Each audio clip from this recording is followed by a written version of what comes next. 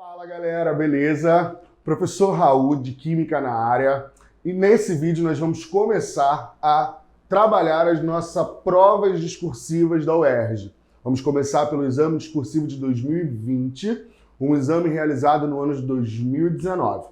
É importante a gente comentar de início que o exame discursivo da UERJ ele tem algumas particularidades, e é interessante que a gente reconheça essas particularidades para conseguirmos atender as expectativas da banca.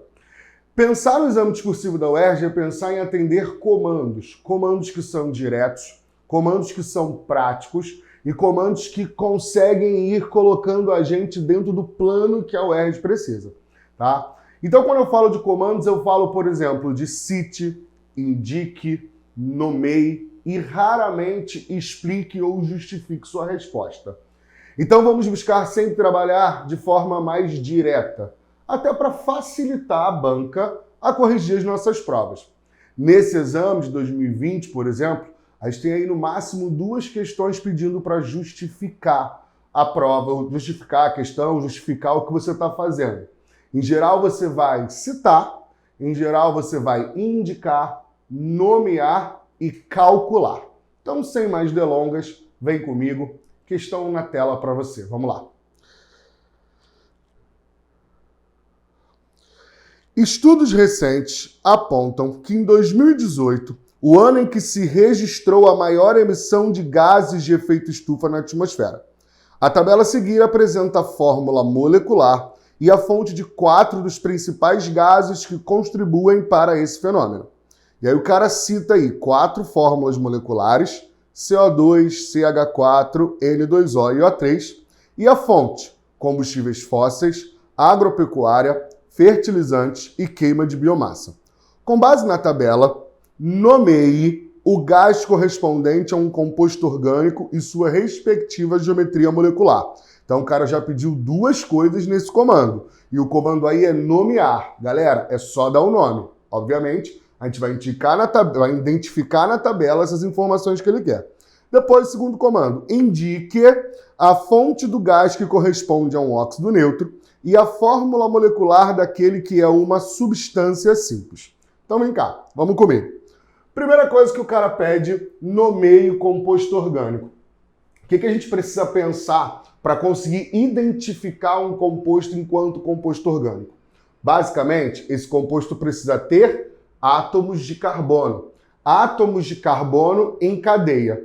Quando a gente analisa aqui as opções que ele dá pra gente, a gente tem o CO2 e o CH4. São 2 compostos que apresentam carbono. Porém, o CO2 é um composto binário, ou seja, formado por 2 elementos químicos, em que o oxigênio é o elemento químico mais eletronegativo.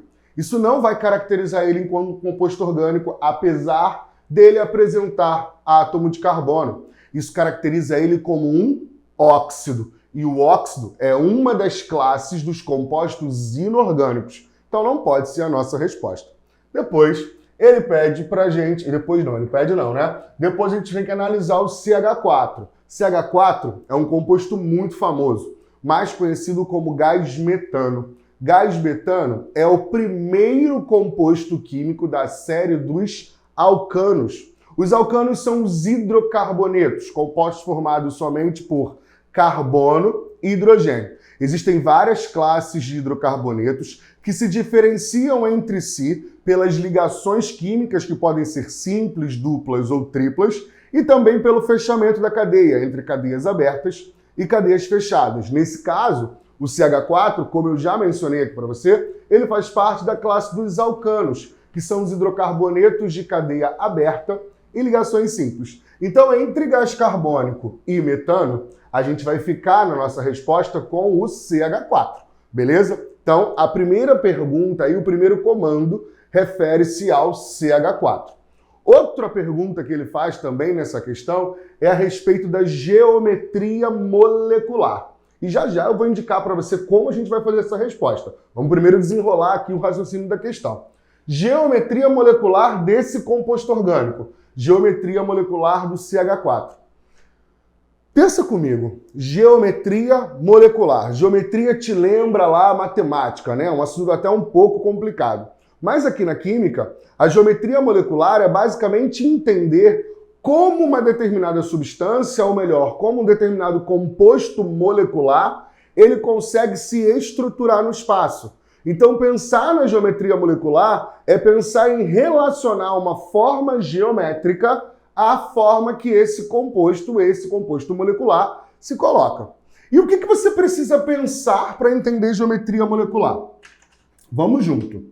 Duas coisas que a gente pensa ao falar de geometria molecular. Primeira coisa muito importante, galera, quantidade de átomos nessa molécula. Ah, Raul, então você quer dizer para mim que geometria molecular é exclusivo para moléculas? Exatamente. Geometria molecular é exclusivo para compostos moleculares. Compostos iônicos, ou até mesmo compostos metálicos, que não são tão comuns da gente falar, são compostos que não vão apresentar geometria molecular. Os compostos iônicos são lá os agregadinhos de cátions e ânions, eles vão ter formas específicas, que o vestibular da UERJ nem cobre, nem fala isso. Isso já é um assunto lá para os vestibulares militares. E os compostos metálicos é nada mais um agregado de cátions envoltos de elétrons livres. Então não pensa em geometria molecular para compostos iônicos ou para compostos metálicos, somente para compostos moleculares, compostos formados por ligações covalentes. Então, como eu falei com você, pensar em geometria molecular é pensar em duas coisas. Primeira coisa, número de átomos. Dependendo da quantidade de átomos que eu tenho numa molécula, eu posso ter geometrias diferentes. Outra coisa que você precisa analisar, além do número de átomos, você precisa pensar também na presença de pares ou de par, pode ser um ou mais de um, de elétrons livres. E aí, vamos analisar o CH4. CH4 tem quantos átomos? Um átomo de carbono, que seria o átomo central, visto que ele faz o maior número de ligações. Lembra que o carbono é um elemento químico do grupo 14, antiga família 4A, então ele tem 4 elétrons na camada de valência, e para isso precisa realizar 4 ligações. E eu tenho o hidrogênio, que tem um elétronzinho na camada de valência, então ele vai realizar uma ligação. Então, pensar aqui no CH4 é pensar, a princípio, num primeiro momento, que eu tenho carbono com seus 4 elétrons e tenho 4 hidrogênios.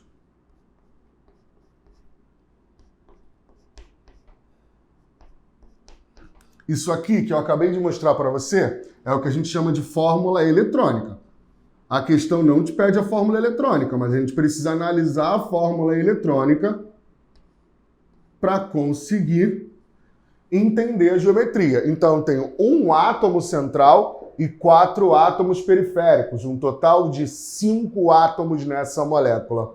Galerinha, 5 átomos nessa molécula e nenhum par de elétron livre ao redor desse átomo central. Quando eu tenho 5 átomos numa molécula e não tenho um par de elétron livre, a geometria aqui é uma geometria bem famosa, e pensar no metano é pensar diretamente na sua geometria, que é a geometria tetraédrica.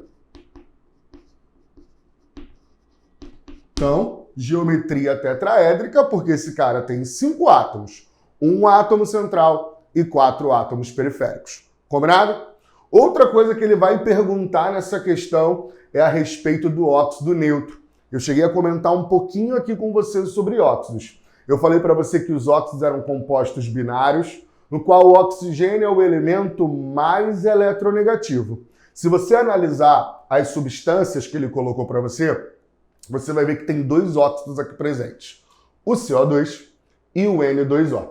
Tá? O CO2 e o N2O são óxidos de classificações diferentes, porque a gente vai classificar um óxido segundo alguns critérios. O critério mais importante que a gente tem aqui, inclusive para resolver essa questão, é analisar o caráter desse óxido, se ele é um óxido ácido, básico ou neutro. Nesse caso, galera, ele quer especificamente os óxidos neutros. E aí vamos diferenciar basicamente esses 3 caráteres? Óxidos ácidos. Óxido ácido é um óxido formado por ametais. ou metais de inox mais 6 e mais 7, metais de inox mais elevado.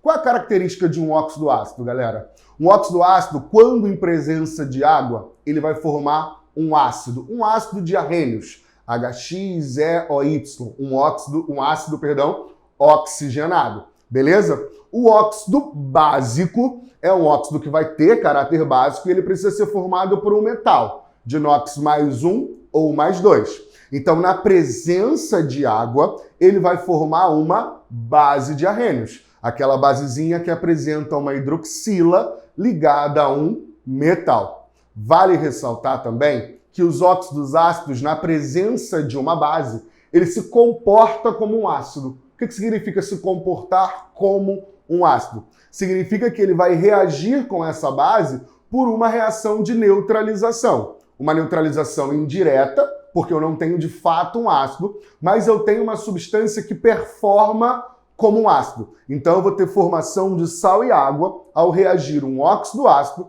com uma base, tá? Já o óxido básico, na presença de um ácido, ele vai se comportar como uma base. Então ele também vai neutralizar esse ácido por uma neutralização indireta, formando sal e água.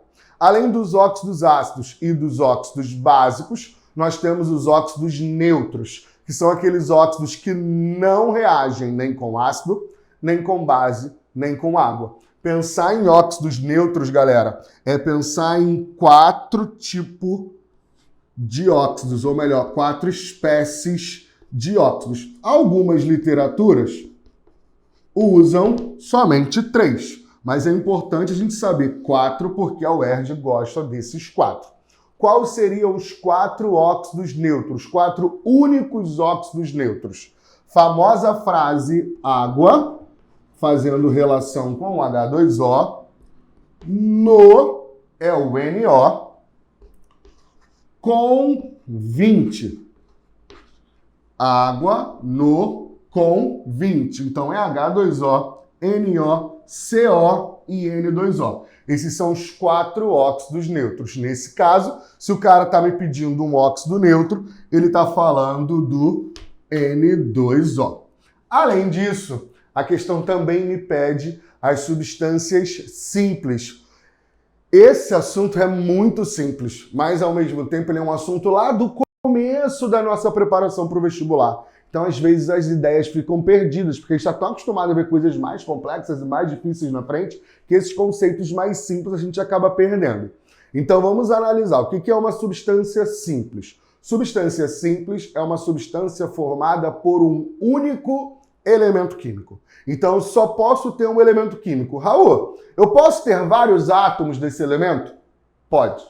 Posso sim, nenhuma restrição quanto à quantidade de átomos. A minha única restrição é quanto ao número de elementos químicos.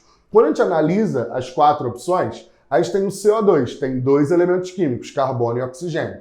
A gente tem o metano, com 2 elementos químicos, carbono e hidrogênio. A gente tem o N2O, o óxido de nitrogênio, com 2 elementos químicos, nitrogênio e oxigênio. E nós temos o oxigênio, O2, com apenas um elemento químico, que é o oxigênio. Então a minha substância simples seria o oxigênio. Beleza? Então agora a questão vai voltar na tela e a gente vai entender de fato como a gente responderia essa questão na prova da UERJ. Então, voltando aí para a questão na tela, a gente tem o seguinte: com base na tabela, nomeie o gás correspondente a um composto orgânico. Gás correspondente a um composto orgânico, a gente tem o CH4 e o nome dele é metano. Raul, por que metano? Vamos lá. Met porque eu tenho um carbono.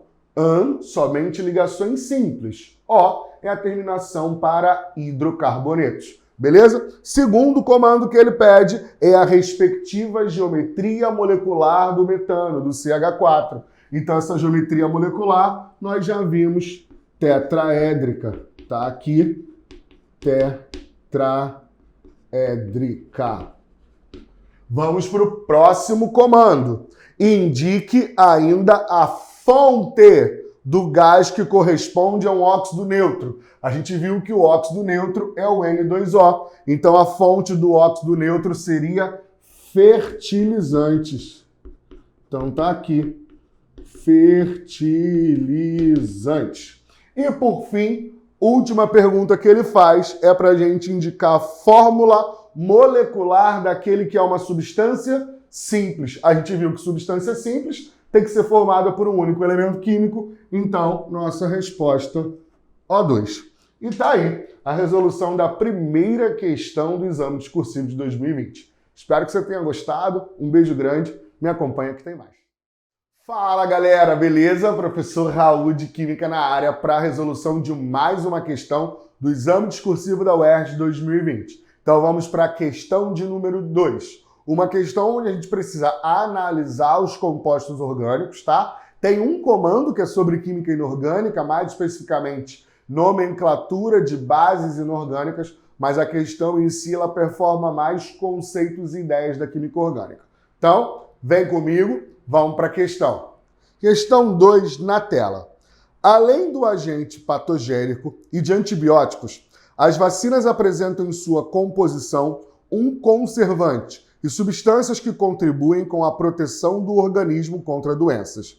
Dentre essas substâncias estão o metanal, o hidróxido de alumínio e o glutamato monossódico. Observe abaixo a fórmula estrutural do glutamato monossódico e de um conservante presente frequentemente em vacinas. Então tá aí. Escreva a fórmula estrutural do metanal, primeiro comando, e nomeie o tipo de isomeria espacial presente na molécula de glutamato monossódico, segundo comando. Agora vamos para os outros. Em seguida, identifique a fórmula molecular da base inorgânica presente na composição da vacina e o número de carbonos com hibridação sp2 presente no conservante. Então, vem comigo, vamos analisar aí. Primeiro comando, como eu falei para vocês, escreva a fórmula estrutural do metanal. Galera, para escrever a fórmula estrutural de um composto orgânico, a gente precisa primeiro identificar qual é a função orgânica na qual esse composto pertence, tá? Então vamos lá, vem comigo, ó. Metanal.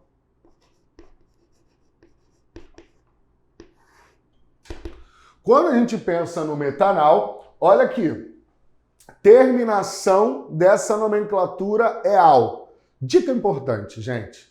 Para a gente conseguir identificar a função orgânica de um composto a partir da sua nomenclatura, quem vai dar essa ideia para a gente é sempre a terminação dessa nomenclatura. Nesse caso, a terminação é al. E al te lembra o quê? Al te lembra aldeído. Beleza? Então, terminação al é uma terminação característica dos aldeídos.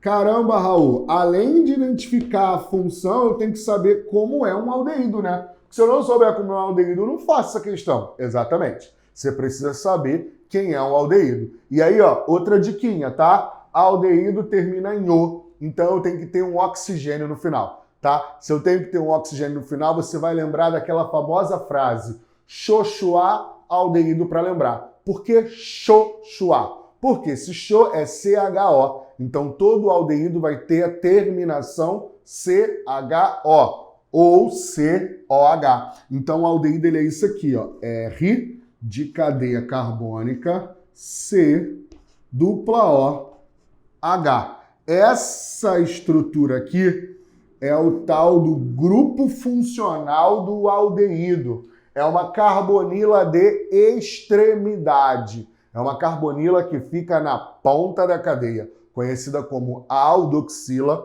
ou até mesmo como formila. Então, para ser aldeído tem que ter essa característica. Só que ele não falou de qualquer aldeído, ele falou especificamente do metanal. Se é o metanal, lembra, MET. MET é nomenclatura para um carbono. Então, esse aldeído aqui, ele precisa ter um carbono.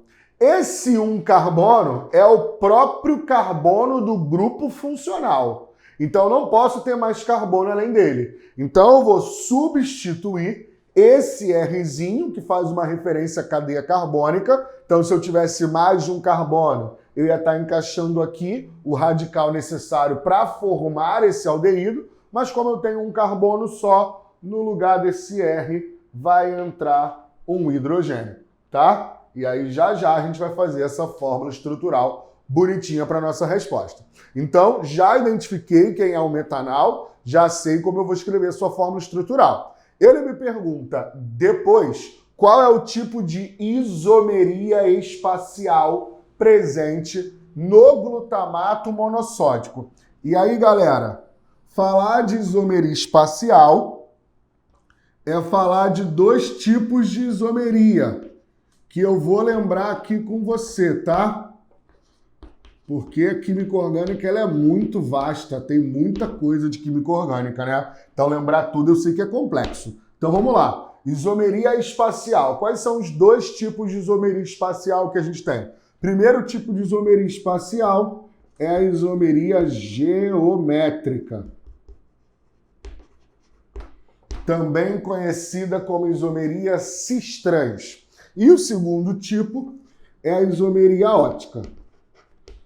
Para que você consiga identificar o tipo de isomeria presente no glutamato monossódico, é necessário que você saiba identificar as condições de ocorrência para cada tipo de isomeria. Então, para a isomeria geométrica ou cis-trans, qual é a condição de ocorrência? Condição de ocorrência é que haja disposição espaciais diferentes, por isso isomeria espacial, tá? Em relação a um plano de rigidez. Nesse caso, plano de rigidez aqui pra gente pode ser ligação dupla, que é a ligação sigma mais π, ou cadeia fechada, cadeia cíclica, tá bom? Então tem dois tipos de plano de rigidez. E aí, dependendo de como os grupos ligantes dessa cadeia carbônica estiverem dispostos em relação a esse plano de rigidez, eu posso ter as configurações cis e trans para os isômeros. Raul, beleza, eu entendi, mas me ajuda a identificar que ainda não ficou claro. Então eu vou te ajudar a identificar, tá? Vou escrever aqui, ó. Para que eu tenha isomeria geométrica, eu vou ter o quê? Eu vou ter o famoso C dupla C, beleza? E aí, obrigatoriamente, os ligantes de cada carbono precisam ser diferentes. Então, A, vou pegar um verdinho, A tem que ser diferente de B e D tem que ser diferente de E. Beleza? Então, é importante a gente mencionar que além de ter a dupla, eu preciso ter ligantes diferentes em cada carbono. E aí talvez você esteja se perguntando, Raul, mas A e D podem ser iguais? Pode. A e E podem ser iguais? Pode. B e D podem ser iguais? Também pode. B e E podem ser iguais? Também pode. Então o que não pode? O que não pode é A ser igual a B e D ser igual a E. Beleza? Se eu não tiver uma dupla, eu vou ter o quê? Um composto cíclico. E aí eu vou desenhar um composto cíclico mais simples aqui para você, tá? E aí eu vou ter, ó, A diferente de B e D diferente de E. A diferente de B e D diferente de E. Tranquilo? Combinado? Então essas são as condições de ocorrência para a isomeria geométrica. E para a isomeria ótica, quais são as condições de ocorrência? Condição de ocorrência para a isomeria ótica é presença de carbono assimétrico, também conhecido como carbono quiral. Então, para que haja isomeria ótica, é necessário que tenha carbono assimétrico ou carbono quiral. E aí eu vou até um pouquinho além, tá? Porque, na verdade, quando a gente pensa em UERJ, né, a UERJ, quando trabalha em isomeria ótica, ela se restringe muito à presença de carbono quimétrico ou carbono quiral ou carbono assimétrico. Misturei os dois nomes, foi mal, gente. Carbono quiral ou carbono assimétrico. Porém, galera, eu queria dizer que a isomeria ótica ela não se restringe a isso, tá? A isomeria ótica, ela na verdade fala a respeito da assimetria molecular. Então, ela parte do princípio que os isômeros ópticos são isômeros que apresentam assimetria molecular. Existem alguns casos de assimetria molecular. Existem alguns casos em que as moléculas se tornam assimétricas.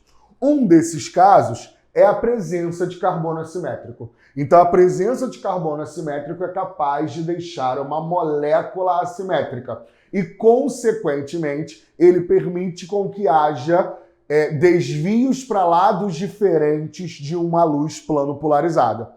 Mas se eu poderia deixar uma dica além para você aqui nessa questão, não restringimos a assimetria molecular à presença de carbono assimétrico.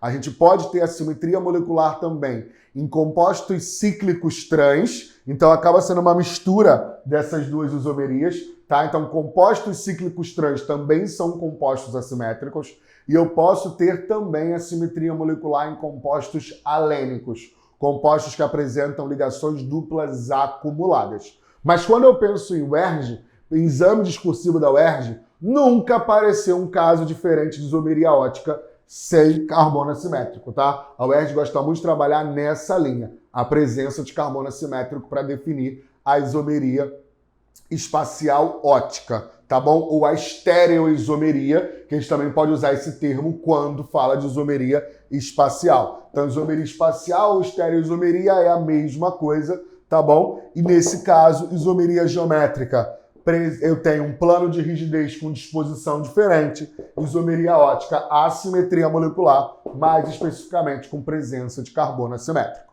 tá? Então, depois desse resumo rápido, vamos olhar para o glutamato monossódico e identificar alguma dessas condições de ocorrência. Quando você olha para o glutamato monossódico, galera, você não percebe a presença de ligação dupla entre carbonos e você também não vê carbono fechado, ou melhor, cadeias carbônicas fechadas. Então, se você não tem composto cíclico e não tem carbono com dupla, a isomeria geométrica ou cis-trans está descartada, tá? Então, só posso pensar em isomeria ótica. Mas vamos olhar e vamos ver se realmente tem uma isomeria ótica? Quando tu olha para o glutamato monossódico, você percebe esse carboninho aqui, ó. Raul, esse carboninho é um carboninho assimétrico? Sabe por quê? Porque o carbono assimétrico, galera, é aquele carbono que apresenta 4 ligantes diferentes. Carbono assimétrico, obrigatoriamente, tem que ser um carbono que só faz ligações simples. E se eu já pudesse puxar um gancho lá para o último comando, carbono de hibridação sp3, tá? E essas 4 ligações simples são feitas com aquelas substâncias ou aqueles grupos ou aquelas cadeias diferentes. Então eu tenho aqui, ó, primeiro grupo, NH2, certo? Segundo grupo, eu tenho essa cadeia carbônica toda com uma carboxila no final, certo? Terceiro grupo, eu tenho esse carboxilato, tá? E o quarto grupo, que você não vê, mas sabe que tem, é um hidrogêniozinho. Então, esse carbono aqui tem 4 ligantes diferentes. Então, ele pode ser classificado como um carbono quiral assimétrico, caracterizando a presença de isomeria ótica no glutamato monossódico. Se eu pudesse te dar uma outra dica para identificar esse carbono quiral, seria nessa representação aqui, ó. Você consegue perceber que eu tenho uma ligação que é como se fosse um triângulozinho cheio. Quando um composto orgânico tem uma ligação representada por um triângulozinho cheio, isso indica que essa ligação ela está para fora do plano. É como se eu fosse o plano, eu estou aqui de perfil para você, e essa ligação está para fora do plano. Ela está assim, ó.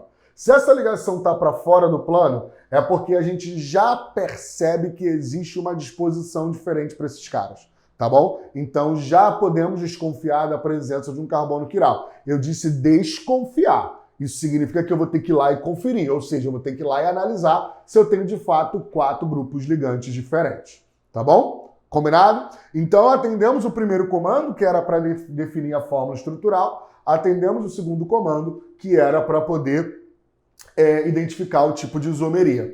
Tem um terceiro comando aí, e para fazer esse terceiro comando, eu vou precisar dar uma apagadinha aqui no quadro, porque você pode perceber que ele já está lotado de informação. Então eu vou sair da frente. Se você quiser tirar um print do que já foi escrito, você tira o seu print e aí eu volto para a gente poder continuar, tá bom? Então vai lá, saindo da frente, hora do print, Isso, show de bola. Então foi. Beleza, galera. Vamos lá, ó. Outro comando que o cara faz aí, que o cara tem aí, que ele te pergunta, é o seguinte. Ele pede a fórmula molecular da base. Aí saímos da química orgânica e vamos lá para a química inorgânica agora, tá? Então ele pede a fórmula molecular da base. Primeiro, quem é essa base mencionada no texto?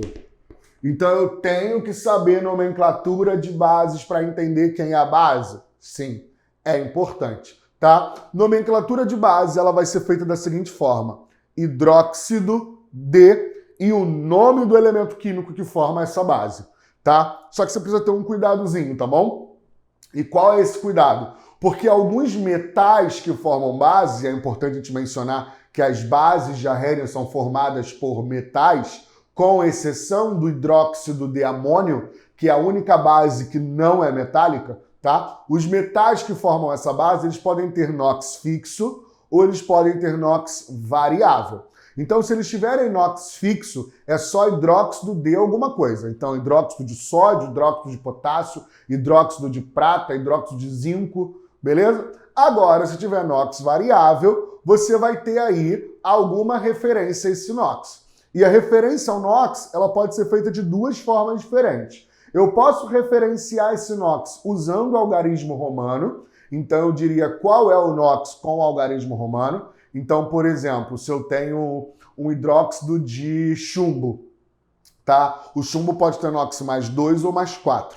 Então, eu teria o hidróxido de chumbo 2, com o 2 em algarismo romano, ou hidróxido de chumbo 4, com o 4 em algarismo romano.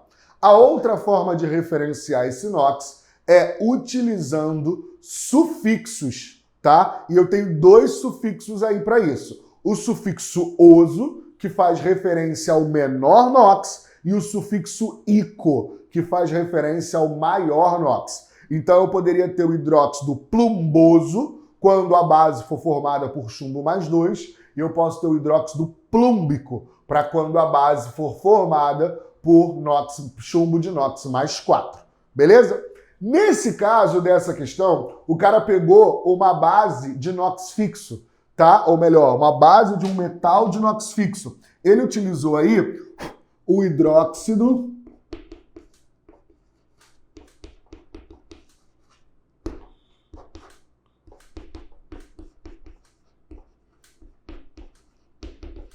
de alumínio, tá? Então eu vou ter que montar isso, vou ter que montar a fórmula disso.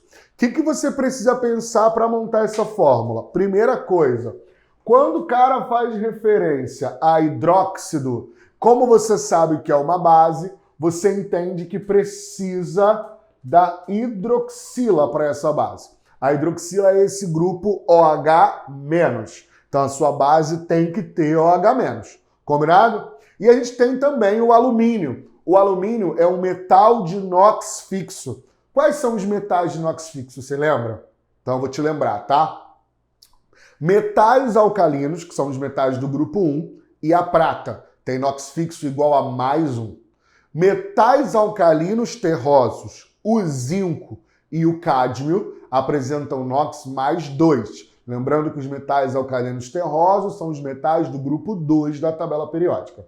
E o alumínio, que é o metalzinho do grupo 3, ele vai ter NOx do grupo 3, do grupo 13, perdão, ou da antiga família 3A, né? Então é até importante vocês não fazerem essa confusão. Grupo 13 ou família 3A, tá? E esse metal alumínio, ele vai ter NOx fixo também, e NOx fixo igual a mais 3. Então eu tenho aqui, ó, alumínio com NOx fixo igual a mais 3. Então quem vai ser o meu hidróxido de alumínio? Vamos fazer aqui agora. O meu hidróxido de alumínio, ele tem cátion mais 3, então é cátion na frente de ânion sempre, e ânion OH-. Pega essas carguinhas e cruza essas cargas. Cruzando essas cargas, a gente vai ter o AlOH3. Está aqui a fórmula do meu hidróxido de alumínio, da minha base mencionada no texto. Tá bom? Então, vamos para o último comando agora. No último comando, ele pede para indicar o número de carbonos sp2. E aí, galera, falar de hibridação de carbonos, na verdade, não vou nem fazer aqui. Eu acho que vai ficar um pouquinho apertado. Tá? Vou fazer ali em cima. Falar de hibridação de carbonos é falar de 3 tipos de hibridação. Hibridação sp3, hibridação sp2, hibridação sp. Você lembra qual é a referência de cada hibridação dessa? Pensa o seguinte, ó, sp3. sp3 são caracterizados por carbonos que apresentam somente ligações simples.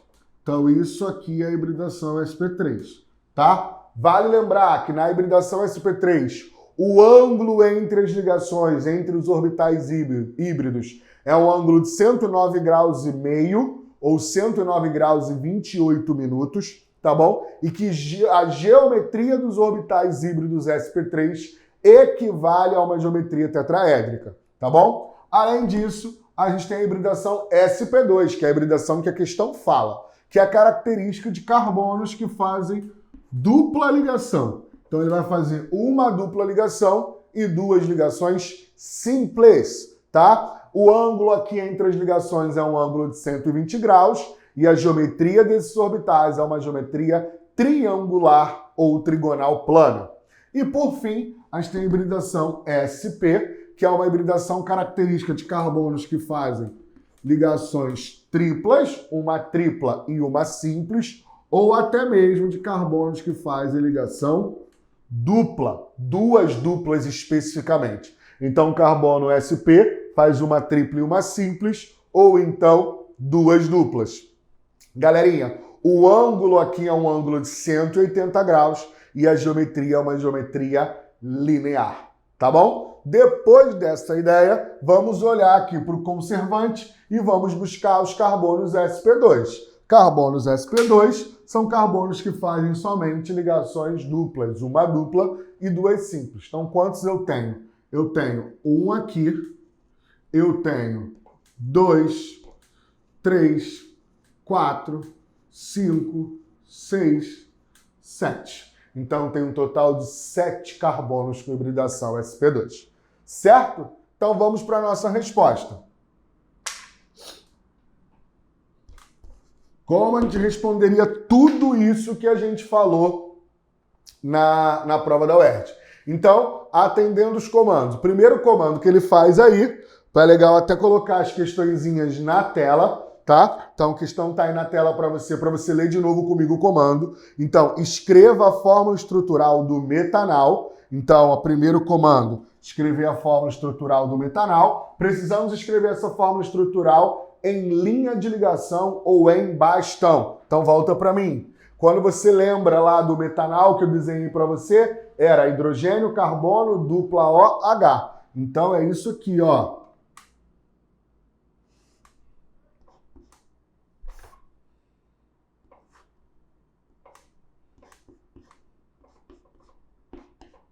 Seria isso aqui. Só que você entende que essa estrutura ela não fica muito legal quando a gente pensa em linha de ligação ou em bastão. Por que ela não fica muito legal? Porque quando a gente faz uma fórmula em bastão ou em linha de ligação, a gente não representa os hidrogênios, certo? Se a gente não representa os hidrogênios, a gente não poderia ter os hidrogênios aqui representados.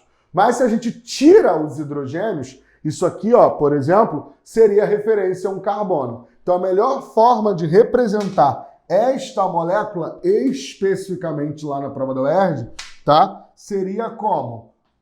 C dupla O H H, tá bom? Então, essa seria a melhor forma da gente fazer a representação, tá? Segundo comando que ele pede aí, era para identificar, ou melhor, nomear o tipo de isomeria espacial presente. Então, o tipo de isomeria espacial presente seria isomeria ótica.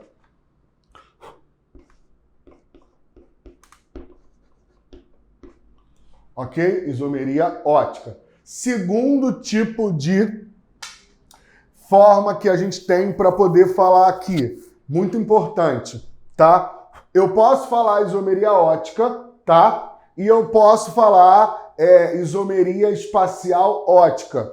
Porém, como o cara já deixou claro que ele quer uma isomeria espacial, se você colocar só isomeria ótica já é o suficiente. Você não precisa colocar isomeria espacial óptica se você não quiser. Só isomeria ótica já é o suficiente, tá?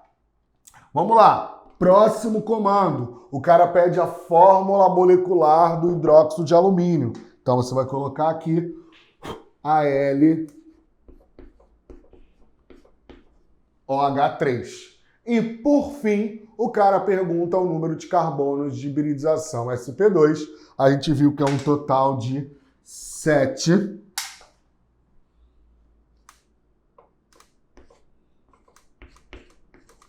Carbonos sp2.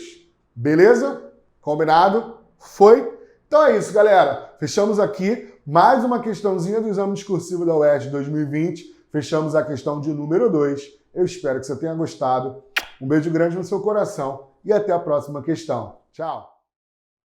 Fala, galera, beleza? Professor Raul de Química na área para mais uma questão do exame discursivo da UERJ Vestibular 2020. Nesse vídeo, nós vamos falar sobre a questão de número 3, beleza? Uma questãozinha que vai envolver alguns assuntos lá da fisicoquímica, mais especificamente eletrólise, que é um assuntozinho lá da eletroquímica, e fusão nuclear, um assunto de radioatividade. Então, vamos lá, questão na tela, vem comigo. Menino de 12 anos constrói reator de fusão nuclear no próprio quarto. Esse norte-americano é a pessoa mais jovem do planeta a ter montado tal equipamento de forma caseira. O reator mencionado na reportagem, se baseia na seguinte reação nuclear. Sabe-se que os isótopos do hidrogênio utilizados nessa reação foram obtidos a partir da eletrólise de moléculas de água. Nomeie o elemento químico representado por X na equação e indique seu número de nêutrons. Apresente ainda a semi-reação catódica da eletrólise realizada. Então, vamos lá, galera, vem para cá. O cara fala de duas coisas. O cara fala de eletrólise e de fusão nuclear. Vou começar com a fusão nuclear porque os primeiros comandos fazem referência à fusão nuclear.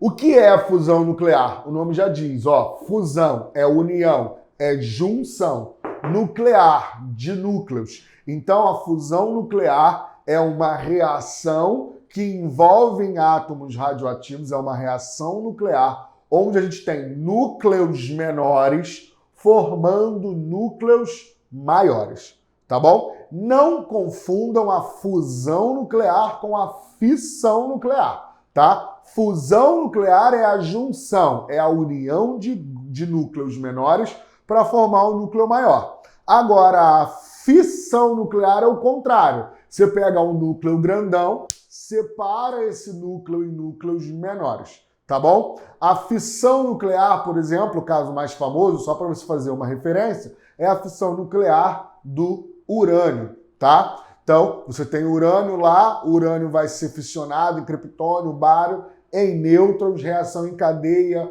liberação de energia. Só que aqui a gente está falando de fusão nuclear. Combinado? Beleza? Então é junção, é união. Eu preciso pegar átomos, núcleos menores, transformar esses núcleos menores em núcleos maiores. É importante a gente mencionar que tanto na fusão nuclear quanto na fissão nuclear a gente vai ter liberação de energia, tá bom? Então, galera, olhando para essa fusão nuclear, o que eu preciso pensar para entender qual é o átomo formado?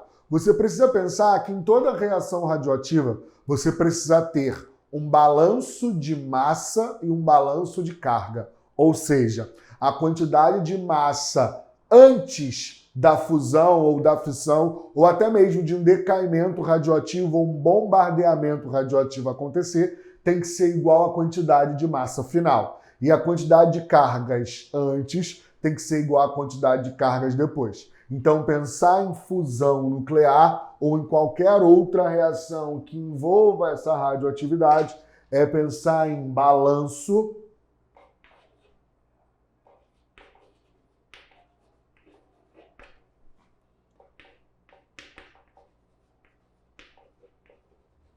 de massa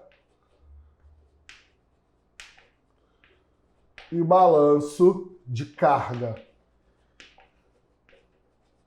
E é isso, galera, que vai te ajudar a determinar esse cara X. Porque é o seguinte, a massa vai estar representada em cima, tá bom? E a carga representada embaixo. Então eu tenho 2 aqui, mais 2 aqui. Eu tenho um total de 4 unidades de massa. Desse lado eu tenho que ter 4 unidades de massa. O nêutron já tem 1 unidade. Então o núcleo X ele vai ter o que falta para chegar a 4, que nesse caso são 3 unidades de massa. Então, eu vou colocar aqui 3. Beleza? Agora, vamos para o balanço de carga. A carga vai estar embaixo. Você tem o primeiro isótopo do hidrogênio, mais especificamente o deutério, de número atômico 1, e o outro de número atômico também 1. Então, são 2 deutérios, 1 mais 1, 2. Se você tem 2 nos reagentes, você tem que ter 2 nos produtos. O nêutron é uma partícula que apresenta massa e não apresenta carga. Então, todas as 2 cargas positivas que você encontrou, os 2 prótons que você encontrou aqui nos deutérios, eles vão estar onde? Eles vão estar nesse elemento.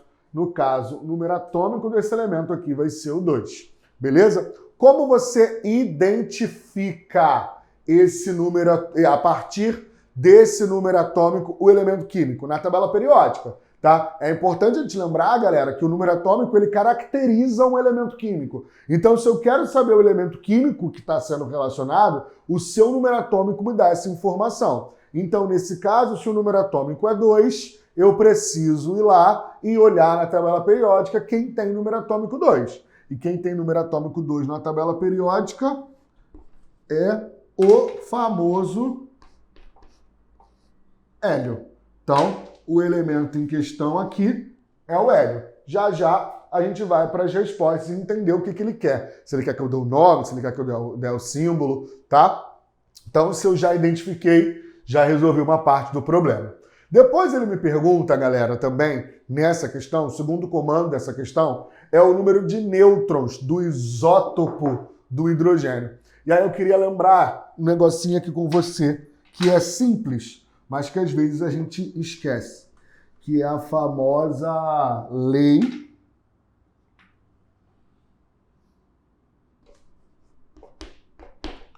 fundamental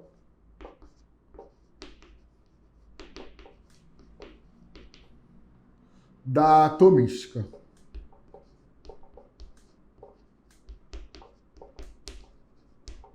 Pensar em lei fundamental da atomística é pensar em que número de massa é igual a número atômico ou número de prótons mais o número de nêutrons, tá? Então, A é igual a Z mais N. O isótopo em questão é o deutério. O deutério, galera, ele tem 2 de número de massa e 1 de número atômico. Então, aqui vai entrar 2 é igual a 1 mais N. Então, quantos nêutrons esse isótopo do hidrogênio tem? Passo 1 para lá, subtraindo. 2 menos 1, 1. Tá aqui, mais uma respostinha minha. Depois, ele pede na mesma questão a semi-reação catódica da eletrólise. E aí a gente precisa lembrar a eletrólise aqui juntos, né? Galera, eletrólise é um dos assuntos lá da eletroquímica, tá bom? As famosas pilhas e eletrólises. Eletrólise é um fenômeno não espontâneo, onde a corrente elétrica é capaz de possibilitar a ocorrência de uma reação química. Então, uma reação química que não ocorreria espontaneamente, quando eu vou lá e dou uma forçada nela com o auxílio da energia elétrica, eu faço essa reação ocorrer. Só que é importante que você se atente ao fato também, gente, que a eletrólise, o nome já diz, ó, lise quebra, eletrocorrente. Então, a eletrólise vai ser uma reação de decomposição. Então, eu estou decompondo alguma coisa nesse processo. Como eu estou fazendo a eletrólise da água, quem vai sofrer essa decomposição é a água. E aí eu quero que você pense o seguinte, tá? Essa decomposição é uma decomposição que vai precisar feita para que a corrente entre no processo. Então, quando eu fizer essa decomposição da água, eu não vou necessariamente decompor a água em substâncias simples num primeiro momento, tá? Eu vou pegar essa água e vou provocar uma ionização dela. E a ionização da água, então eu tenho aqui água líquida que vai ionizar formando H+ aquoso e OH- aquoso. Então, essa é a primeira parte que eu preciso pensar para a eletrólise da água, porque são os íons provenientes da ionização da água que vão sofrer as reações capazes de formar produtos para a eletrólise, tá? É importante a gente se lembrar também, gente, que na eletrólise eu vou ter um ânodo ou um anodo, tá? E um cátodo ou um catodo. Você vai ouvir as duas formas, tá? A forma correta seria ânodo e cátodo, mas a gente fala anodo, catodo, tá tudo bem, tá? O mais importante é você entender o que acontece em cada um desses processos. Para você entender o que acontece, eu vou te dar uma dica, tá? A eletrólise, como eu falei, ele é um processo eletroquímico, tá? Se a eletrólise é um processo eletroquímico, galera, é porque a eletrólise ela vai envolver um processo de oxirredução, um processo de transferência de elétrons. Então, o processo de oxirredução, como uma transferência de elétrons, como ela é uma transferência de elétrons, eu preciso ter espécies que perdem elétrons e espécies que ganham elétrons. A perda e o ganho de elétrons que vai possibilitar que a corrente passe no processo e consiga formar produtos. Para isso, é necessário também que você lembre que toda vez que uma espécie química perde elétrons, ela está sofrendo um fenômeno chamado de oxidação.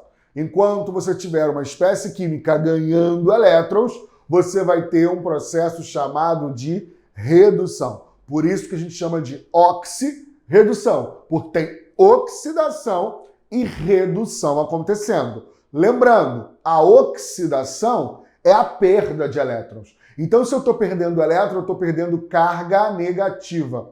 Ao perder carga negativa, a carga da espécie que sofre oxidação, ela precisa ser aumentada. Então, o NOx da espécie oxidada sofre um aumento. Beleza? Enquanto na redução, eu tenho ganho de elétron. Então, se eu estou ganhando elétron, eu estou ganhando carga negativa. E ao ganhar carga negativa, o meu NOx, consequentemente, diminui. Ou seja, a espécie reduzida tem uma redução do seu NOx também. Tá bom? Então, o processo de eletrólise, ele vai ter oxidação e redução acontecendo. Na eletrólise, assim como nas pilhas, a oxidação e a redução vão acontecer em catodos e anodos, tá? No catodo ou no cátodo, né, eu tenho a redução acontecendo. Então, no cátodo ocorre a redução e no ânodo ocorre a oxidação. E aí, galera, eu dei uma sublinhada aqui no C e no A, tá? Por que eu sublinhei o C? Porque C é uma consoante. Então, se C é uma consoante, o fenômeno que vai acontecer também vai ser um fenômeno de consoante. R também é uma consoante. Então, redução. Consoante com consoante. Beleza? Agora, aqui no ânodo, eu sublinhei o A. O A é uma vogal. Então, o fenômeno que vai acontecer em vogal é um fenômeno de vogal. Oxidação começa com O é uma vogal. Então, vogal com vogal, consoante com consoante, para você não confundir. No cátodo acontece redução e no ânodo acontece oxidação. Só que se liga aqui no que eu vou te falar agora, tá? Tem um detalhe aí que é muito importante. Apesar da questão falar de eletrólise, eu não posso deixar de comentar isso. Porque na pilha e na eletrólise, de fato, o fenômeno que ocorre no cátodo e no ânodo é o mesmo. Porém, a pilha e a eletrólise apresentam polos diferentes para o seu cátodo e para o seu ânodo, tá? Aqui na eletrólise, o cátodo é o polo negativo e o ânodo é o polo positivo. Combinado? Não confundam isso. É muito comum a gente confundir, porque a gente sempre sabe mais pilha do que eletrólise, tá bom? Mas a gente não pode mais confundir. A partir dessa aula está decretado que você não confunde mais, beleza? Então é consoante com consoante, vogal com vogal, sempre. Só que na eletrólise o cátodo é negativo e o ânodo é positivo, beleza? Tranquilo? E isso vai te ajudar muito quando eu falar aqui um outro detalhe, tá? Pensa aqui, ó. Cátodo. Se o cátodo é polo negativo, ele vai atrair quem da ionização? O polo negativo atrai o polo positivo. Então, quem é que vem sofrer redução no cátodo? O H+. Se o H+ vem sofrer redução no cátodo, o OH- vem sofrer oxidação no ânodo. Tá? Então, se você ainda tiver com dificuldade de definir quem é o polo negativo e o polo positivo, vai aí mais uma dica, tá? Cátodo te lembra cátion. Então, cátodo atrai o cátion. Se ele atrai o cátion, que é positivo, o cátodo é negativo. Ânodo te lembra ânion. Então, o ânodo te atrai o ânion. Se ele atrai o ânion, ele tem que ser o polo positivo. Combinado? Foi? Então vamos entender o que vai rolar aqui, ó. O cátodo vai atrair o H+, aquoso, e ele vai reduzir o H+. Se ele reduz o H+, ele vai ganhar elétron, e ao ganhar elétron ele forma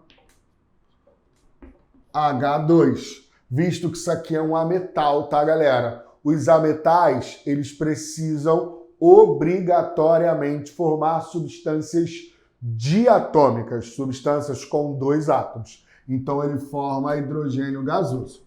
É importante a gente se atentar que a semi-reação catódica, que é o que a gente acabou de escrever aqui, ela precisa estar balanceada, tá? Então se eu tenho 2 hidrogênios, 2 hidrogênios. Se eu tenho 2 cargas positivas, 2 cargas negativas. Ok? Combinado? Agora, o que acontece no ânodo? O que acontece no ânodo é a oxidação do OH-, da hidroxila. Então, a oxidação da hidroxila vai formar o que, galera? Vai formar, vamos botar ela aqui, aquosa, né? Vai formar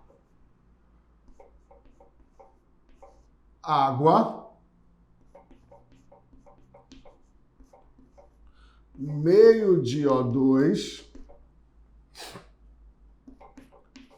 e vai formar elétron, tá? É isso aqui que forma. Precisa estar balanceado, como eu falei, né? Então, se eu tenho 2 hidrogênios, 2 hidrogênios, 2 oxigênios. Aqui, meio vezes O2 dá 1, mais 1, 2. 2 cargas negativas, 2 cargas negativas. Pronto. Já sei o que acontece no cátodo, já sei o que acontece no ânodo. Talvez você esteja me perguntando assim, caramba, Raul, mas a questão me pediu só a semi-reação catódica. E você já fez a semi-reação catódica, eu sei, tá? Eu sei que a questão já fez, eu já respondi a questão, mas já que a gente está falando de eletrólise, vamos aproveitar e vamos até o final, gente. Vamos aproveitar essa aula para a gente relembrar logo tudo isso, tá bom? Então eu sei a ionização, sei o cátodo, sei o ânodo. Agora eu vou achar a reação global dessa eletrólise, porque a UERJ já perguntou isso em questões vestibulares anteriores.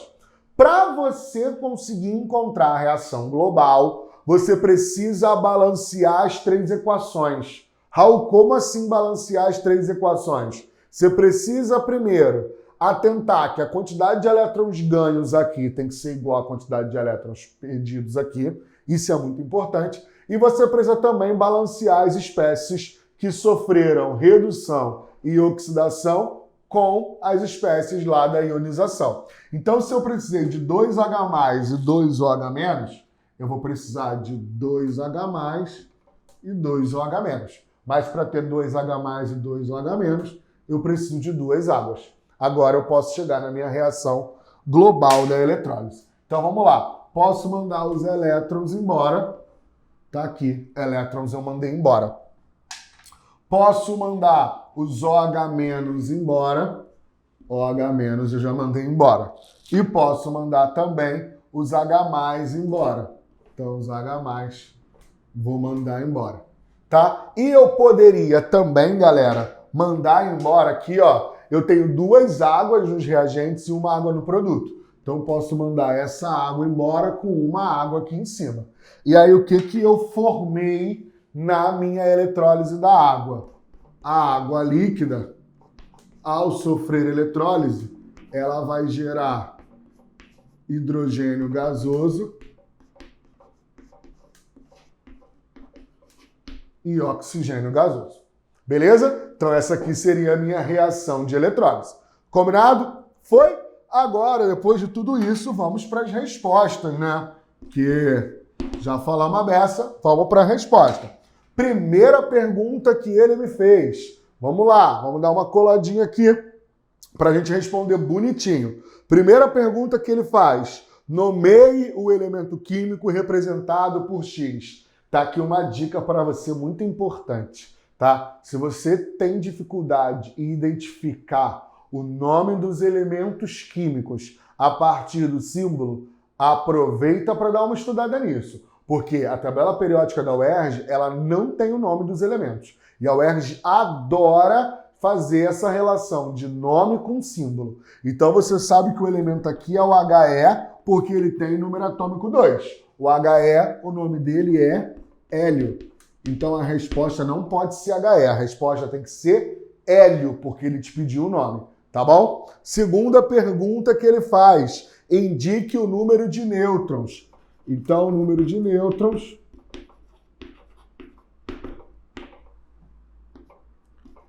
vale 1, beleza? Última pergunta, apresente ainda a semi-reação catódica da eletrólise realizada. Semi-reação catódica é essa aqui. Então eu tenho 2H+, e é importante a gente colocar os estados de agregação aqui, tá? Aquoso, mais 2 elétrons, formando H2 gasoso. Tá aí as minhas 3 respostinhas da questão 3. Foi? Fala, galera, beleza? Professor Raul de Química na área para mais uma questãozinha do exame discursivo da UERJ 2020. Vamos fazer agora a questão de número 4. Preciso comentar algumas coisas já a princípio da questão de número 4, tá? Primeira coisa muito importante que eu preciso comentar. Questão de número 4, ela apresenta somente 2 comandos, tá? Quem está acompanhando essa sériezinha de resolução das questões do exame discursivo de 2020, percebe que as primeiras questões, a 1 e a 2, por exemplo, elas têm 4 comandos, tá? A questão 3 já tem 3 comandos. E a questão 4 só tem 2 comandos, tá? Por que isso? Na verdade, porque as questões, à medida que elas vão aumentando um pouco o seu grau de dificuldade, ou elas vão exigindo um pouco mais de tempo do candidato para resolver a questão, elas vão diminuindo de comando. As questões 1 e 2, apesar de serem questões muito conteudistas, eram questões de respostas rápidas. Respostas que você olha, vê, sabe e responde, tá? Então eram questões com mais comandos, porque as respostas eram mais simples,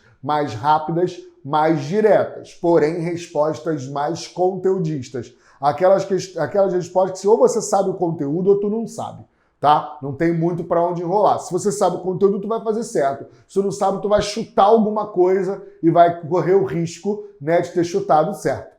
beleza? A questão 3, ela é uma questão que já demanda um pouco mais de desenvolvimento.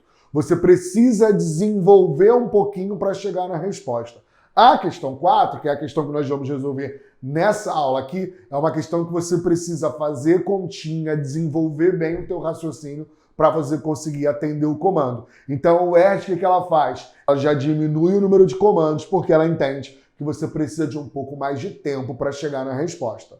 Então, uma dica muito importante para a prova da UERJ, para você que vai prestar esse exame, é atente-se ao número de comandos. Nem todas as questões têm o mesmo número de comandos. Então, atente-se ao fato se você tem que responder 2 coisas, 3 coisas, 4 coisas, para você não perder nada. Combinado? Beleza? Então, depois desse papo inicial, vamos para a questão 4 na tela.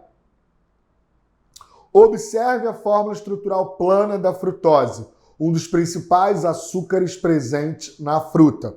Ao ser ingerido, esse açúcar é metabolizado de acordo com a equação química abaixo. As substâncias envolvidas nessa equação apresentam as seguintes entalpias padrão de formação. Então ele dá aí as 3 entalpias. Nomeie as funções presentes na molécula de frutose. Tá aí um comando direto, rápido, nomeie, um comando que já apareceu em questões anteriores. Em seguida, calcule. Então você já tem um comando que você vai ter que desenvolver melhor. Calcule a variação de entalpia padrão da reação de metabolização desse açúcar em kJ por mol. Então, volta aqui para mim.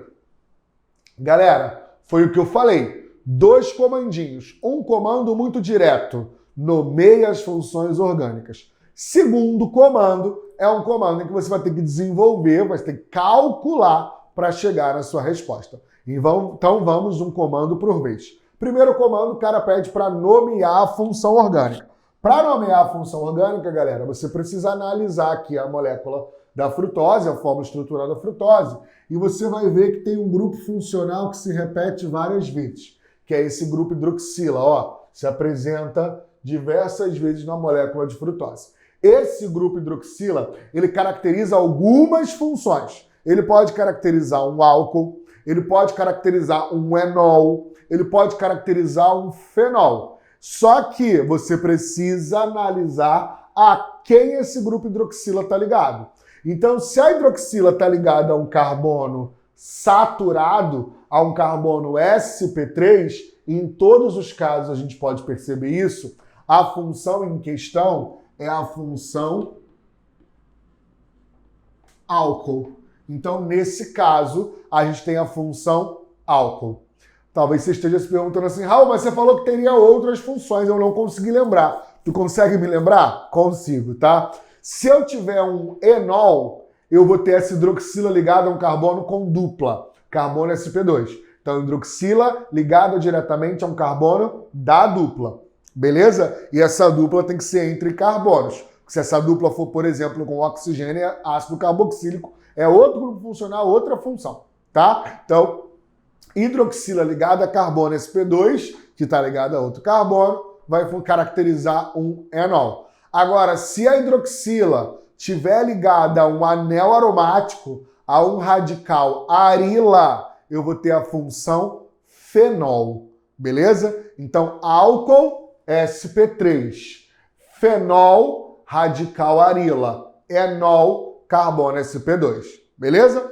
Eu tenho uma outra função aí presente, que é a função caracterizada por isso aqui, ó, por esse C-dupla-O. C-dupla-O é uma carbonila. Quem já assistiu os vídeos dessa série de resoluções do exame de 2020 já deve ter visto uma função um pouco parecida, que é a função aldeído. A função aldeído, galera, ela tem essa C-dupla-O também. Só que essa C-dupla-O nos aldeídos, ela está na extremidade. Ela está na ponta da cadeia. Tá bom? Nesse caso, se eu tenho carbonila entre carbonos, a função em questão é cetona. Tá? Então a função aqui é cetona. Beleza? Foi? Então o primeiro comando feito. Segundo comando, o cara pede para a gente calcular a variação de entalpia, calcular o ΔH. Então a gente sai lá das funções orgânicas e vamos lá para a termoquímica, cálculo de ΔH. E quando eu penso em cálculo de ΔH, galera, eu preciso pensar que o cálculo da variação de entalpia ele pode ser feito de diversas formas. Isso vai depender de quê? Isso vai depender das informações que eu tenho para poder fazer esse cálculo de ΔH. Tá? Então eu tenho 3 formas de resolver isso. Primeira forma, calcular o ΔH a partir das entalpias de formação. Quase não caiu, não saiu. Calcular o ΔH a partir das entalpias de formação. O que eu tenho que pensar aqui? Eu tenho que olhar para as informações. Se o exercício me deu as entalpias de formação, eu calculo a partir das entalpias de formação, que é inclusive como a gente vai fazer essa questão, tá? E aí você tem que lembrar daquela famosa formulinha, ΔH é igual à entalpia dos produtos menos a entalpia dos reagentes, beleza? Raul, quais são as outras formas? Eu tenho outras 2 formas. Eu posso calcular isso a partir da lei de Hess. A lei de Hess vai ser usada quando eu tiver equações termoquímicas para poder me ajudar a encontrar o ΔH. Então eu pego as equações termoquímicas, manipulo essas equações para chegar na equação termoquímica que eu quero e, consequentemente, no ΔH que eu preciso. Então, se as informações são equações termoquímicas, eu uso lei de Hess. Agora, se as informações forem as energias de ligação, aí eu vou ter que calcular isso a partir das energias de ligação. Como? Sabendo que o ΔH de uma reação equivale ao saldo da energia absorvida quando eu rompo ligação nos reagentes e da energia liberada quando eu formo ligação nos produtos. Lembre sempre, ruptura de ligação é um processo endotérmico, ou seja, um processo que ocorre com absorção de calor. Então a energia vai ser positiva porque o ΔH é maior que 0. Agora, a formação de ligação nos produtos é um processo exotérmico, é um processo que libera calor. Então, eu vou ter uma energia negativa. Então, se eu absorvo para quebrar e libero para formar, o saldo das energias absorvidas e liberadas vão me indicar o ΔH da reação. Beleza? Mas voltando agora para a nossa questão, para calcular o ΔH, eu vou usar HP menos HR, tá bom? Quando você olha para as informações, o cara te dá entalpia de formação da frutose, menos 1.265. Entalpia de formação do gás carbônico, menos 394. E entalpia de formação da água, menos 286. O cara não te fornece entalpia de formação do oxigênio. Sabe por quê? Porque a entalpia de formação de substâncias simples é igual a 0. Beleza? Se você, mais uma vez, já assistiu a série de resolução do exame discursivo da UERJ 2020, você vai ver que lá na questão 1 nós falamos sobre substância simples. Eu lembrei para você que substância simples era uma substância formada por um único elemento químico. Então, substâncias simples no estado alotrópico mais estável vão apresentar entalpia de formação igual a 0. Então, partindo para o abraço, ΔH aqui vai ser igual a entalpia dos produtos. Quem são os meus produtos? Gás carbônico e água. As entalpias de formação, galera, são informadas em kJ por mol. Se eu tenho kJ por mol, eu preciso alterar a quantidade se eu tiver mais de 1 mol envolvido. Então, o gás carbônico é menos 394 kJ por mol. Só que eu tenho 6 mols. Então, é 6 vezes menos 394. Ou seja, 6 vezes a entalpia de formação da água, do gás carbônico, mais 6 vezes a entalpia de formação da água, menos a entalpia de formação da frutose, mais 6 vezes a entalpia de formação do oxigênio. você sabe que a entalpia de formação do oxigênio é zero, porque ele é uma substância simples. Então, isso aqui vai dar zero. Então, vamos lá, juntos. ΔH é igual a 6 vezes entalpia de formação do gás carbônico, menos 394, mais 6 vezes entalpia de formação da água, menos 286. Isso aqui tudo menos a entalpia de formação da frutose, que é menos 1265. Então, ΔH aqui é igual a 6 vezes menos 394, dá menos 2.364. Mais, então, conserva o sinal aqui, mais vezes menos vai dar menos, tá? 286 vezes 6, que é 1.716. Isso aqui tudo menos 1.285. Então, fica positivo 1.265. ΔH é igual, somando esses dois valores, eu tenho menos 4.080 mais 1.265. Esse ΔH aqui é igual a menos 2.815 kJ por mol. Tá aí o ΔH que o cara me pede, certo? Então, depois que eu calculei, é só responder a questão. Como eu responderia essa questão, galera? Simples e prático. Vem comigo, ó. Fazer do ladinho de cá. R de resposta. Funções. Álcool e cetônio. ΔH igual a menos 2.815 kJ por mol. Foi? Combinado? Beleza?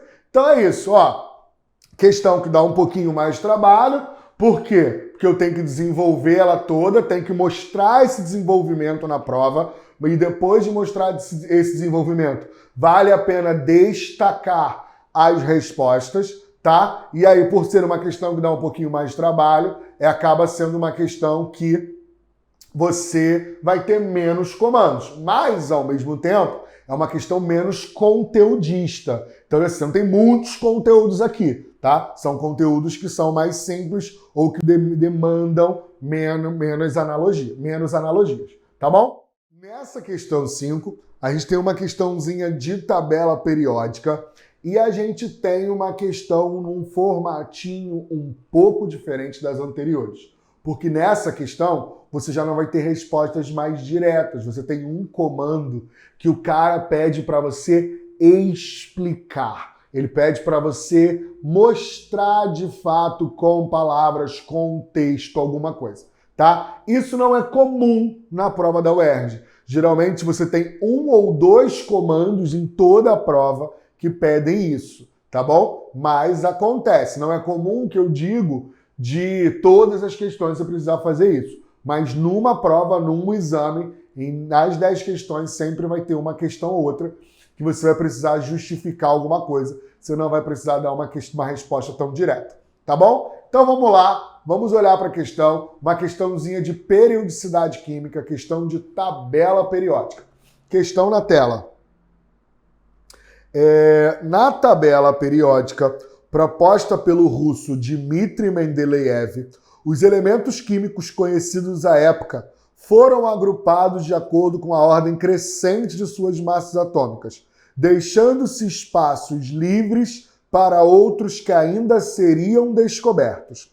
Considere o seguinte fragmento da tabela de Mendeleev, no qual estão indicados os símbolos químicos de alguns elementos e suas respectivas massas atômicas. Atualmente, A tabela de classificação periódica apresenta outro modelo de agrupamento, no qual os elementos químicos encontram-se organizados por famílias. Dentre os elementos presentes no fragmento da tabela de Mendeleev, indique o número de camadas eletrônicas daquele com maior massa atômica. Escreva ainda a fórmula química da substância formada pelo metal alcalino terroso e pelo halogênio. Sabendo hoje que a massa atômica do telúrio é maior que a do iodo, explique por que esses dois elementos mantêm na classificação periódica atual a mesma posição que tinham na de Mendeleev, certo? Então vamos lá, gente. O cara faz 3 perguntas aqui, 2 perguntas até relativamente simples e uma terceira pergunta que você tem que explicar. Então, na primeira pergunta, o cara pede para você identificar quantas camadas eletrônicas o elemento químico de maior massa atômica apresenta. Então você vai olhar lá para o fragmento, eu coloquei ele aqui. O elemento químico de maior massa atômica é quem? O iodo. Então, maior massa atômica. Tá aqui, elemento químico de maior massa atômica. Beleza? Preciso identificar onde esse cara tá na tabela periódica para entender o número de camadas. E aí, eu vou falar com você 2 coisas que eu acho importantes sobre tabela periódica, tá? Porque você não pode deixar de saber para um exame da UERJ. A UERJ adora trabalhar isso. A tabela periódica, galera, ela vai ser dividida em famílias ou grupos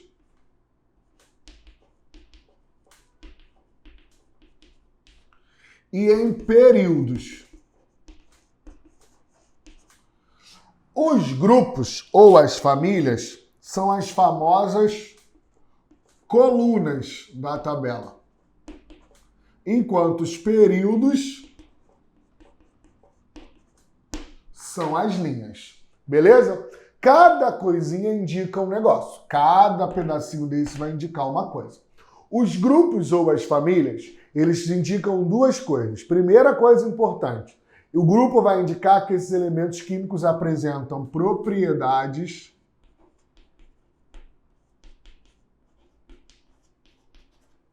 semelhantes. Então essa é a primeira coisa que esse cara indica.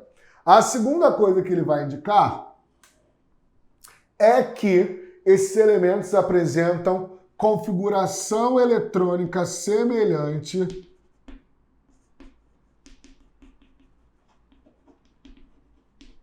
da camada de valência. Vou botar para cá. Camada de valência. Então, a camada de valência apresenta configuração eletrônica semelhante. Foi? Tá aí. Primeira informação importante. Agora vamos falar dos períodos. Os períodos são as linhas. O que os períodos indicam? Os períodos indicam o número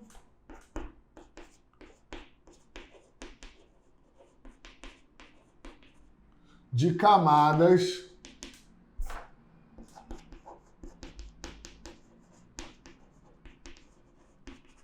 eletrônicas. Então, galera, se eu sei um período que um determinado elemento químico se encontra, eu sei também quantas camadas eletrônicas ele apresenta.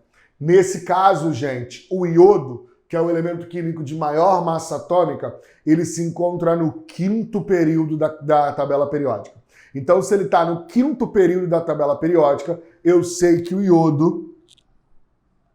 Olha lá, vou botar aqui do lado de cá. Eu sei que o iodo apresenta 5 camadas.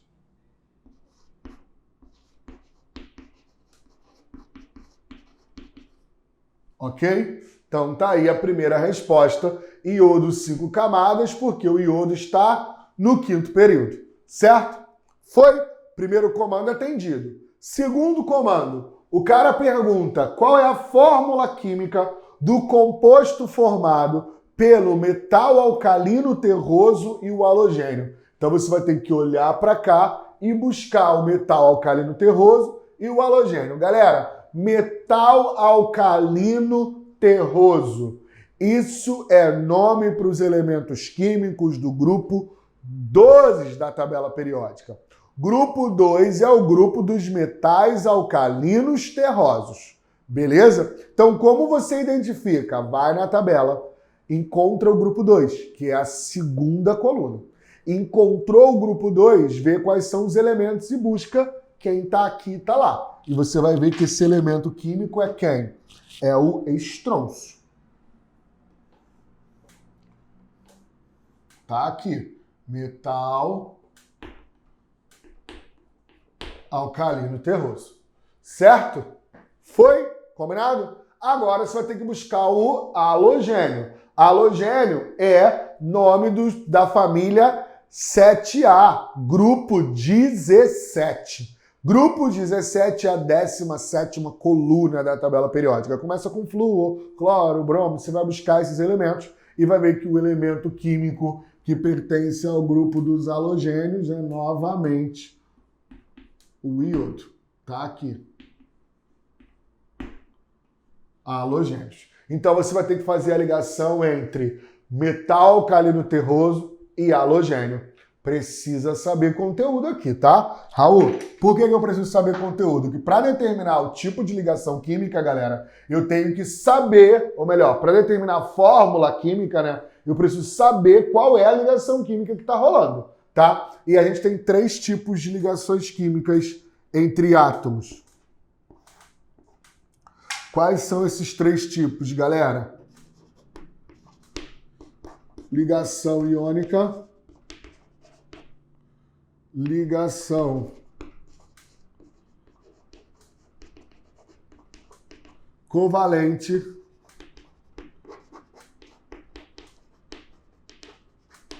e ligação metálica, tá? Então, estrôncio e iodo vai fazer que tipo de ligação? Se for metal com ametal, a ligação é iônica. Se for ametal com ametal, a ligação é covalente. Se for metal com metal, a ligação é metálica. Beleza? Então, o estrôncio é um metal alcalino terroso. O iodo é um halogênio, então o iodo é um ametal. Então, se a ligação entre metal e ametal, a ligação é iônica. Beleza? Como é que eu formo ligação iônica, gente?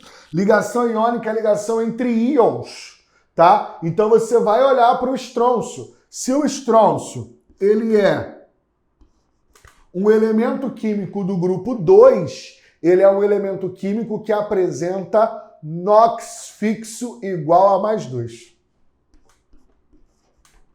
Ok? E aí você tem o iodo. O iodo está aqui. O iodo, galera, é um elemento do grupo 17. Os elementos do grupo 17 são elementos que apresentam 7 elétrons na camada de valência. E por isso, para atingir estabilidade, eles precisam ganhar um elétron. Então o iodo vai ter carga -1, certo? Então, como é que eu formo aqui a ligação entre eles? Você vai cruzar as cargas. E cruzando essas cargas, o composto formado vai ser o SR2. Certo? Então a fórmula química aqui, SR2, iodeto de estrôncio. Por fim, galera, o cara pede o seguinte, vamos dar uma coladinha aqui para a gente pegar a informação. Ó, o cara fala, sabendo hoje que a massa atômica do telúrio é maior que a do iodo, explique por que esses 2 elementos mantêm na classificação periódica atual a mesma posição que tinham na de Mendeleev. O que o cara está querendo aqui da gente? O cara está dizendo o seguinte, o Mendeleev organizava os elementos químicos em ordem crescente de massa atômica. Por isso que o iodo ficava na frente do telúrio, porque o iodo é 127 e o telúrio é 125. Só que atualmente a gente já definiu e já entendeu que a massa atômica do telúrio é maior que a do iodo. Então por que eles ainda continuam nessa mesma posição na tabela periódica atual? Pensou? Se você não pensou, eu vou te explicar. Olha aqui.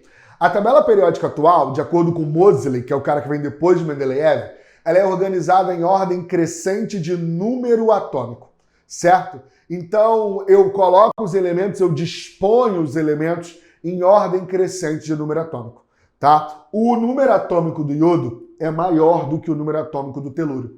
Então, por isso, o iodo vai vir depois do telúrio na tabela periódica. Então, por que na tabela periódica atual o iodo ainda continua depois do telúrio? Porque como na tabela periódica atual os elementos químicos são ordenados em ordem crescente de número atômico e o número atômico do iodo é maior que o iodo fica numa posição posterior ao telúrio na tabela periódica. Então você vai construir o seu texto, galera, baseado nessa informação. Baseado na informação de que eu organizo a tabela periódica de uma forma diferente hoje, tá? E que essa nova organização permite essa disposição dos elementos. Então, de acordo com a classificação periódica atual, os elementos químicos são ordenados em ordem crescente de número atômico. Sendo assim, como o número atômico do iodo é maior que o do telúrio, ele vai se encontrar numa posição posterior ao telúrio na tabela periódica. Beleza? Foi? Conseguiu perceber a diferença do comando dessa questão para as outras questões dessa mesma prova? Essa é a primeira questão onde o comando trabalha exatamente a ideia de explique. Tá? E quando é para explicar, eu tenho que explicar. Eu tenho que dizer um texto dizendo o que eu estou explicando e baseado em quê. Por isso eu coloco de acordo com a tabela periódica atual ou de acordo com a ordenação da tabela periódica atual. Então é importante fazer esses links para poder desenvolver essa resposta. Combinado? Beleza? Então é isso, galera. Mais uma questãozinha da UERJ, uma questão bem conteudista, uma questão rápida, uma questão com 3 comandos, tá? E uma questão extremamente conteudista. Tem que saber esse processo. E aí, tem que saber periodicidade química como um todo, tá? Tem que saber histórico para entender que o Moseley veio depois do Mendeleev e os caras mudam a lei da periodicidade. Tem que saber como os elementos químicos se dispõem. Tem que saber nome das famílias. Então, uma questãozinha bem completa sobre esse assunto, tá bom? Espero muito que você tenha gostado. Um beijo grande no seu coração. Até a próxima questão. Tchau, tchau.